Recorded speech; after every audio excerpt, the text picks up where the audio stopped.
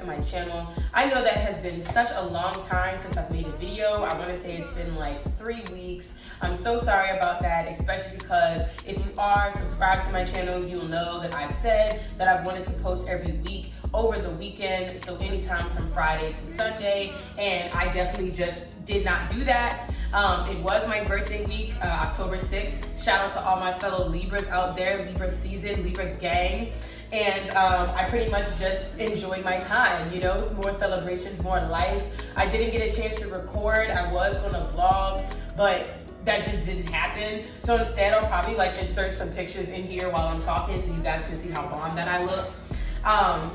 And I've actually been thinking about either making a separate channel or having just like a separate playlist of content in which I show you guys some of my lifestyle type of vlogs or like lifestyle type of videos, makeup tutorials, doing my hair, like I did my own hair, I do my own makeup, and just in general, just kind of like getting to know me more on like a regular level versus just from like a medical school perspective.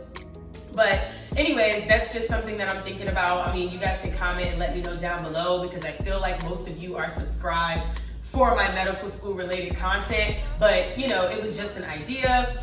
So speaking of more life and more blessings, today's video is all about how I am so grateful and happy to announce that I do have 3 more medical school interviews coming up over these next couple of weeks. And today's video is just gonna be me talking about my interview experience and just things that I wish, you know, I could have, like things that I could have done better and things that I plan to do moving forward. And yeah, so let's just get right into it. So overall, I have to say that my first interview was like a 7 out of 10. I'm gonna start with the good things and then go with like things that I wish I would have improved upon.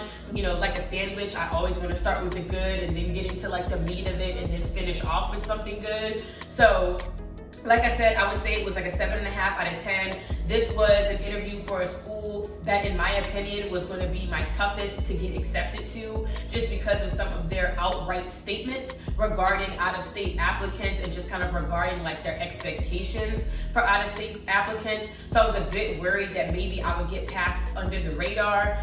So for them to be the first school I interviewed with was kind of nerve-wracking. But again, it was like I said, I'm trying to give myself grace. It's not like I've ever interviewed for medical school before. So it definitely was a learning curve. I'd say that the good things that I did was being myself, first of all. I want to say that my personality is pretty big. I'm sure that maybe you could tell even through the camera, just the way that I talk and the way that I carry myself and the way that I am, that pretty much doesn't change no matter who I'm talking to. I could be talking to my boss and like crack jokes. I'm just really not a person that gets uncomfortable in a lot of situations. Like it kind of takes a lot for me to feel like I can't be myself. I don't know. So I think that, you know, that's a good thing. I've never interviewed somebody for something as major as medical school, but you know, I've been in the position of being somebody who's interviewed, you know, whether it's for like a school club or something like that. And sometimes I do feel like people can fall into a trap of feeling like they need to sell themselves or present themselves and package themselves in such a way that it comes off as kind of sort of not authentic. Again, I don't really think I have those problems. I feel like you won't get me regardless. Like, you're gonna get me in the realest version that I can be, no matter the scenario or the situation. The second thing that I think that I did really well was answering my MMI portion of my interview pretty quickly, pretty efficiently. There weren't any times where I actually ran out of minutes to speak on the scenario. If anything, I ran out of time after they already expanded the dialogue. So for instance, you'll have the prompt, and then if you answer the prompt, they can like add things to the scenario or just kind of ask you more questions related to the scenario. Dang, I can't talk. I'm a little sick, guys. So in general, I was able to kind of like move through each of the scenarios rather quickly and kind of answer those other hypothetical portions of the question. I made a lot of my proctors laugh, which I felt like is a good thing because, I mean, how are you not going to remember an applicant that like made you kiki ha throughout the entire interview? And yeah, just overall, I feel like I just had a good experience. I would say though that my MMI scenario questions were not moral or like ethical type of questions, like those super deep. If you had to choose between, you know, taking the oxygen away from a baby versus away from like a grandfather, I didn't have any type of like moral dilemma type of questions. So maybe like my experience is a bit biased, or like my experience isn't really one that, you know, you should take to heart, because again, like my questions just really weren't that in depth. They were more like a get to know you type of thing. But I also have heard that those types of ethical and like moral dilemma type questions really aren't as common as people think. So I don't know. Overall, though, I would say that the end of my experience was pretty cool. And then I think the last thing that I did really, really well was just, again, being relaxed, like not taking stuff too serious, and just feeling like I enjoyed my interview day. Now, this whole thing that I'm talking about regarding my personality and the way that I present myself is a bit of a double-edged sword. So this is going to be the first thing that I want to say I can improve upon. I think that I was a bit too relaxed. So that caused me to use some more casual dialogue and like colloquialisms. Lord have mercy, I told y'all I cannot say that word. I think I talked about that in my last video, my AAMC update video number 2. I can be a bit too casual, like I said, and using certain words or certain dialogue that that's maybe not appropriate for the scenario. So I do feel like sometimes I was just a bit too relaxed. I also forgot some of my bullet points for the school that I really wanted to bring up, and just kind of really drive home some of the points about myself and just like who I am, as well as what I see for myself in the future.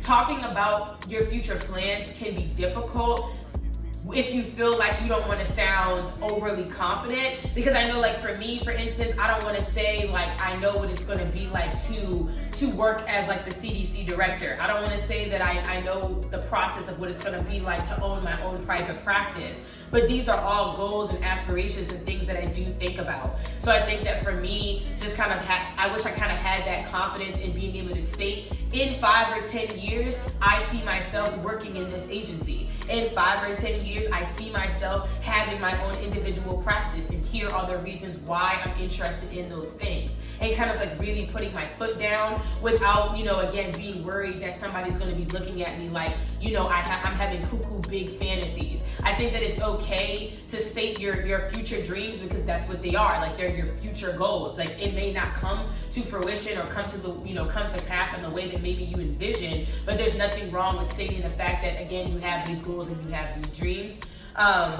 So that's just something I'm going to keep in mind moving forward. I will also say that prepping too early may have been my downfall, just because not prepping too early, prepping too late. I was trying to interview prep like the week of my interview, and I think that from now on I need to prepare at least like a week in advance, because I had too much energy. Like the week of, I was just way too excited, mentally stimulated, and it was really hard for me to like settle down and like really buckle down and do what I needed to do, because I was overexcited and overstimulated. So I would recommend maybe like prepping like a week out, just going over like your school information. Like I know for me, I have a Google Doc where I actually already typed up a lot of this information. I already did my homework on each of these schools before I even applied. And I also have questions, right? I have a list of questions that I want to ask about certain things in the program or certain things about the school, to show that I did my research and to show that I am engaged. So I think that for me, I'm just going to start going over those things like a week out, and then a couple of days before, maybe just jot down like on some sticky notes or on like a note card some of the bullet points that I really want to like hammer home and have stick in my brain. And then like the day before, just chill, like not do anything, not worry about it. Like maybe just take some time to take some deep breaths while I iron my clothes. I don't know, just that meditation type of mindset. Because again, I think I think preparing like too close to the interview date can be your downfall, because I feel like at least it was for me.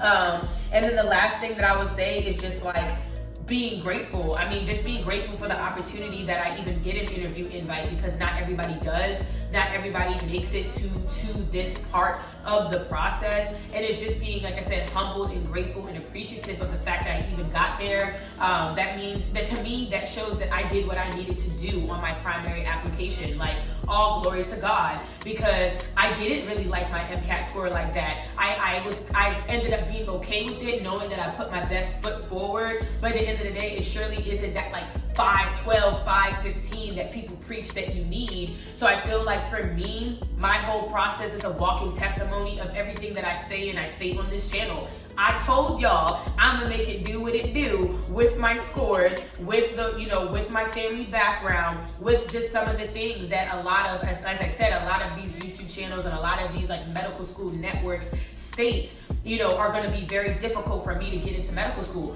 The amount of times that I've had people tell me like my application process may not pan out the way that I want, and here I am making it time after time after time over hurdles and barriers that people said that I wouldn't be able to cross. When I get into medical school, eat your words. So I think that for me, this is just really a humbling and grateful moment to where it's like, I'm doing what needs to be done.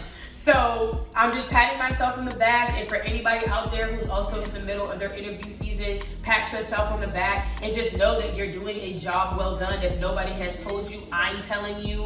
And for anybody who's still waiting to hear back from schools, don't get nervous. Do not count yourself out. You never know what somebody on the admissions committee could see on your primary application and be like, wow, I love this person and I really want to meet them. You just never know. And again, don't count yourself out until the fat lady sings. I feel like that's an insulting phrase though. So if you guys have a better one, please tell me. But don't give yourself, don't count yourself out until like the cycle is completely over, and just keep going, keep on swimming. I believe in you guys. I'm rooting for you guys. And as always, please do not forget to like, share, comment, and subscribe to my channel. Pay attention to my videos, and I just hope that all of us can be together on this journey and through this process. And yeah, that's pretty much it for today. And thank you guys for tuning in.